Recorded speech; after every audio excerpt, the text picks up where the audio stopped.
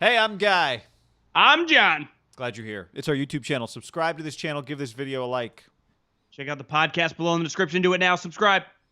All right. To the Raiders we go, John. They played on Thursday night. Lost.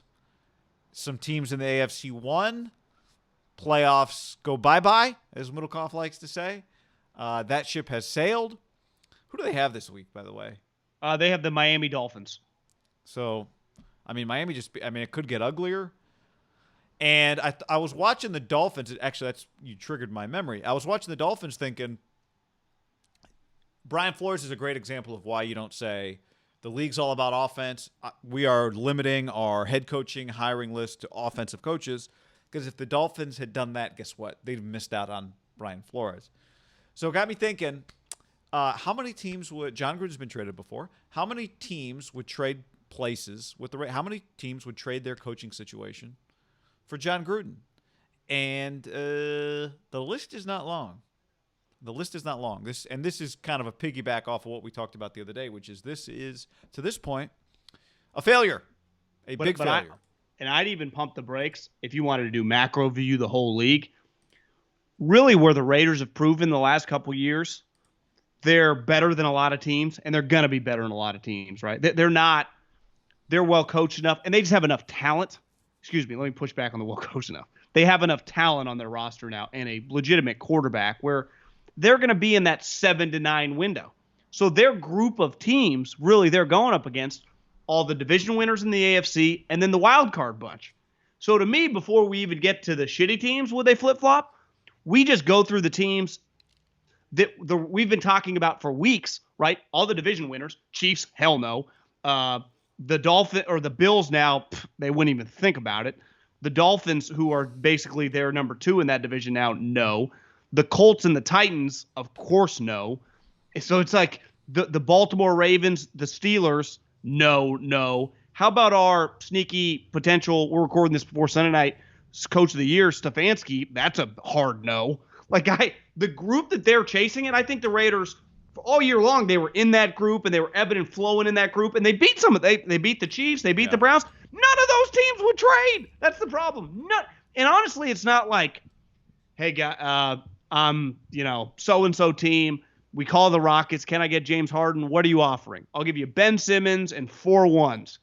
They go, well, okay, let me call my group. Let's have a discussion. These aren't they ain't calling their group and having a discussion over this. Like, hey, you want to flip-flop coaches? We'll trade you straight up. No. It's a click. The noise that we grew up on when you hung up phones, that doesn't even exist anymore. It just goes silent. What do you mean? What's the click? Yeah, there's no such thing. I'd add some more teams to it. I don't think the Jets would trade their situation that's coming up. Like, they would trade Adam Gase maybe. But it's more about if, let's say, Jon Gruden and the Raiders this offseason decided to mutually part ways. The Jets are going to have an opening. They wouldn't hire Jon Gruden. They'd rather have the potential of whoever they're going to hire than Jon Gruden? Not the potential. They literally would be able to choose somebody else, and they would hire that somebody else. Jacksonville, right? Jacksonville. If Jon Gruden today, December 21st, as you're listening to this maybe, whatever day you want to pick, if he left the Raiders, if they mutually agreed to part ways, I don't want to be here anymore, and the Raiders want to save $70 million, the Jags wouldn't hire him to be their head coach. I'd push back on that one a little. Now, again, his stardom has clearly diminished these 3 years, but he's still really famous. I do wonder, just they're an irrelevant franchise. It would cross their mind. I'm not saying they would do it. I don't think you could do it. How much, if his star was, let's say, when he got hired by the Raiders, was a 10 out of 10, the potential of how famous he was, and we thought he was a good coach. What's that at now? Like a 4? Yeah. It's diminished greatly. I think Jacksonville would, maybe they hired, for all I know, they're going to hire Dabo Sweeney. Dabo's like, name, image, and likeness, transfer portal, I'm out. And now it's going to be Trevor Lawrence? He doesn't have to move for us in the South. Hold on. I bet the Jags job looks a little better to Dabo Sweeney today that Trevor Lawrence could be his quarterback. It's not out of the realm of possibility, guy. Because to me, he did not fit in New York. He's very religious. He just Southern. He fits in the Southern culture. I don't hate that as much. And I think that he might have to pick up a call. Now, He makes like $10 million. His team's really good. I mean, they're fantastic. He has this great quarterback. He could just be the Bear Bryant of Clemson, and that's a great job, and he's set for life. But he does. But all the stuff that's about that, college football's changing dramatically, right? I mean, just the sport has been changing. It's not new. Well, and he changed pretty easily with it, so it's true. It doesn't bother him as much. No, but I don't know. Anyway, that's a separate thing. Chicago, would they trade Nagy? No. Cincy, the Bengals. I think they probably would. Zach Taylor's terrible. Detroit, would they hire him if he became available? Is he a hireable? If he was on the market tomorrow, I don't think he'd get a job. Like, well, it has not gone well. Yeah, I just don't. I think it's. I don't think he's a valuable or a valued candidate right now. I think the unknown of the Bieniemys, of the Arthur Smiths, of the Dayballs trumps him. The Matt Campbells, the Dabos, the Urbans, any college guy that you can throw in clearly trumps him. I think you're right. I just think he's done a lot to hurt his name these last couple years. I don't even think that's really debatable right now. So yeah, maybe you're right. Maybe no one would hire him because here's the other thing: he ain't fucking cheap, right? Yeah. No, I mean there's that too, but I just. Like, if you told me that the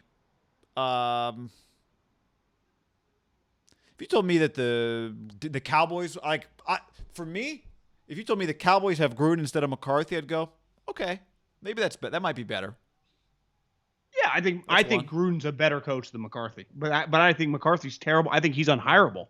If McCarthy got fired tomorrow, no one will touch him with a 50-foot pole. I'm with you there.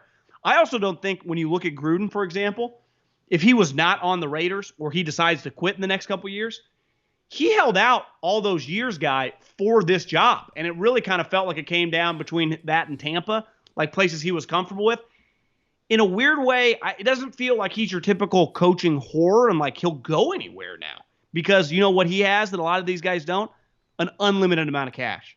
He banked $10 million for years when he wasn't coaching. And remember, he was making huge cash at Tampa. He's made coaching money for 20 years and a large coaching money. He kind of set the tone when he got traded to Tampa for huge, like $5 million a year. Then he was making 10 at ESPN. Now he's made huge cash with the Raiders. I just think he'd go back to Monday night and that'd be it. It'd be all she wrote, and he'd just be a personality again. And maybe we're learning he's more suited for that. And again, he's fine. Like he's not Tom Sula or Gase. Like they're going to be in that 7 to 9 mix. But I think we have the evidence that's kind of who he is now. Because it's back-to-back years. And I know the things were getting circulated about his record. Here's another huge red flag, is that September, October, November.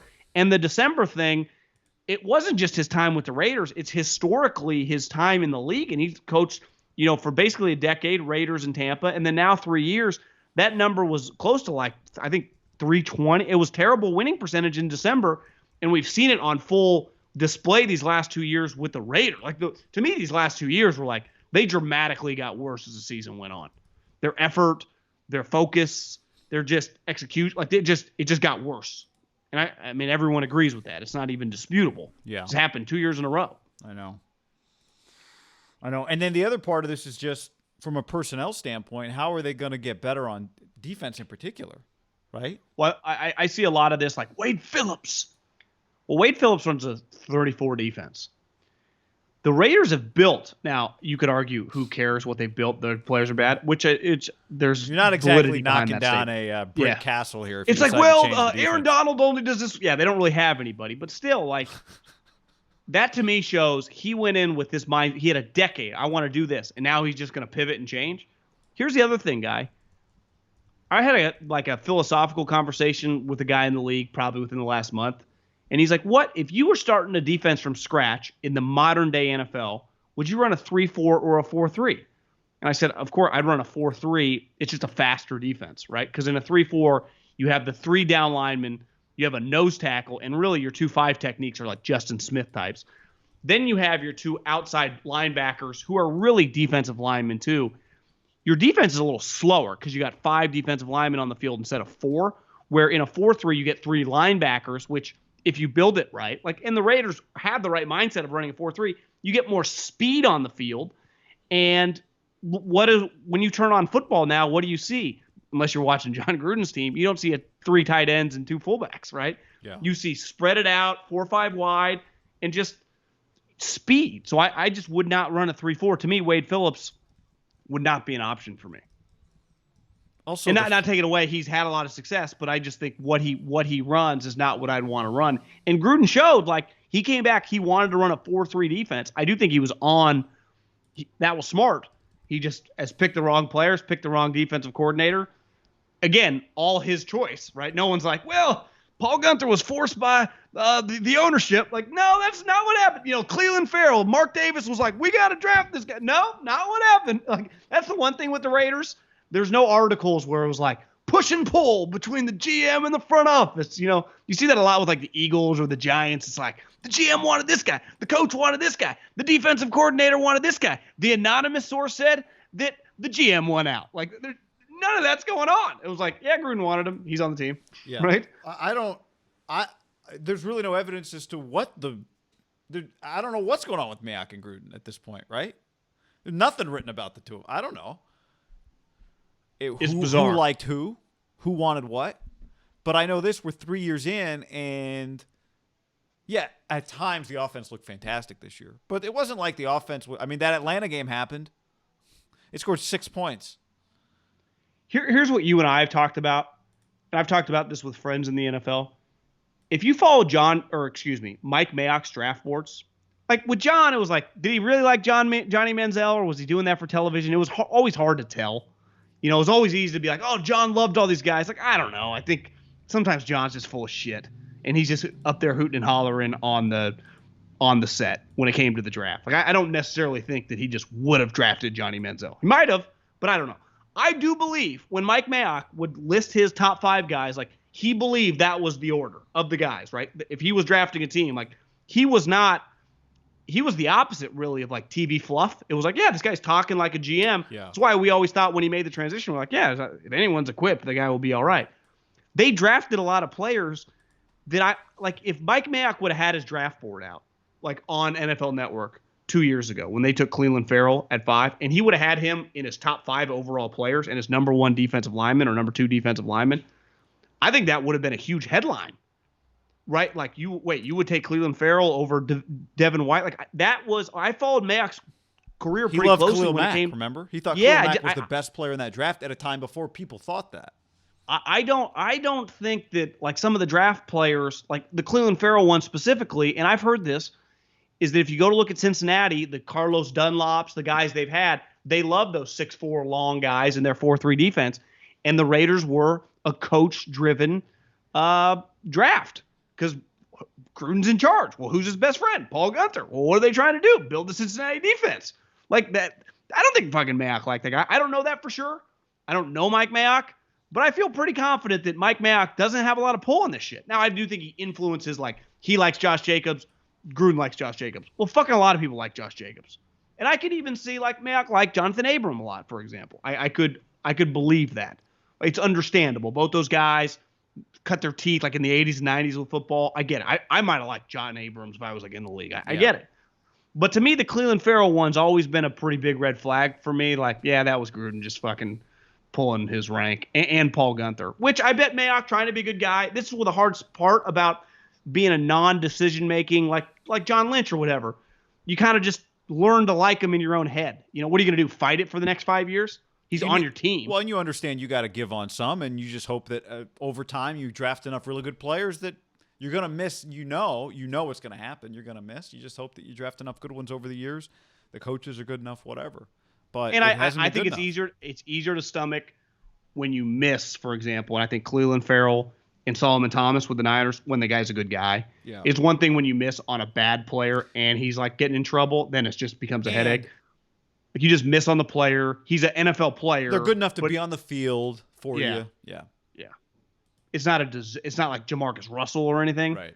But I think where you kick yourself is you go, we had the 4th pick in the draft. Like that to me is where you lose sleep. You had the chance to get a game-changing player.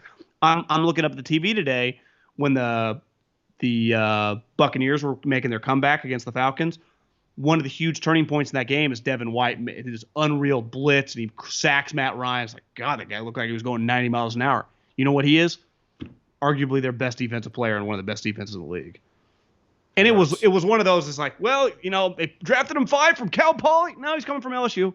Like, no, everyone knew about him. Like he was. Well, the school was the best argument for Cleveland Ferrell. It was like, he's coming from Clemson.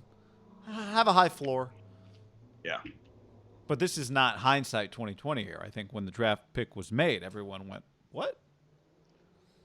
But I even think, like, when it comes to Clemson, Alabama guys, we differentiate between, like, oh, yeah, Waddle and this guy. And there'll be other guys, but, yeah, it'll be a solid pro. Right. Well, right?